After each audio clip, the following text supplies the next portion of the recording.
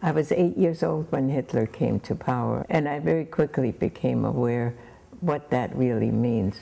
For instance, there was a boycott of Jewish businesses just 2 months after Hitler came to power, and my father and his younger brother had a business that my great-grandfather started in 1858, and there was a Nazi standing in front of our store as well as all the other Jewish stores. My school experience was, in the beginning, the first 4 or 5 years was fine, but then children no longer started to talk to me. I had a math teacher who was an SS man, who in the SS are the Nazi stormtroopers, and he, for instance, if he asked me a question, he frequently put his hand on a revolver that he had in his knee-high boots, and a couple of times he actually pointed it at me. This is where I used to stand, leaning up against this pillar, and watched how the other children played with each other, talked with each other, but no one would talk with me and no one would play with me. And so I always stood there leaning up against this pillar. November 10th, 1938, I was unceremoniously kicked out of school, told by the principal, "Get out, you dirty Jew." When I came home, our home had been vandalized. My father had been arrested. For 2 weeks, we didn't know whether he was still alive, and if so, where he was. He was in a concentration camp, Dachau, which was one of the first camps the Nazis built.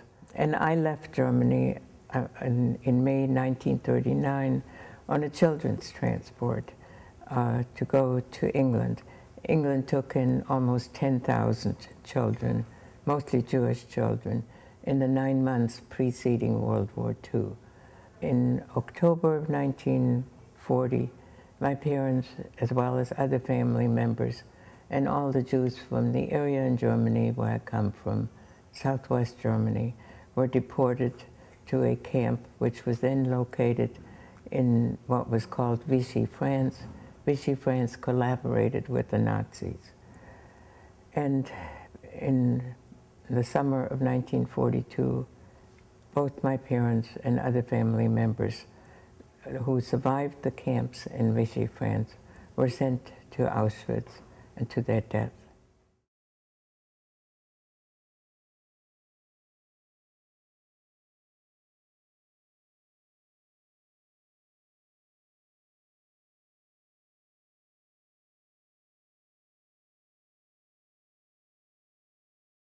You have the beginnings of an acknowledgement of an arguably 1,000-year-old growing anti-Semitic movement that comes to a really ugly head, and you have the world kind of dealing with that and reacting to that.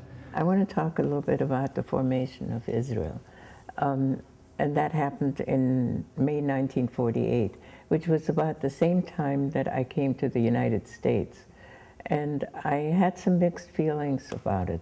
On one hand, I was very glad that there was a place for people to go to who survived the Holocaust and perhaps chose not to or were not able to return to their place of origin. But on the other hand, I remembered my parents' anti-Zionism, and I was afraid that somewhere down the road, no good would come of this. What that might be, I couldn't possibly imagine.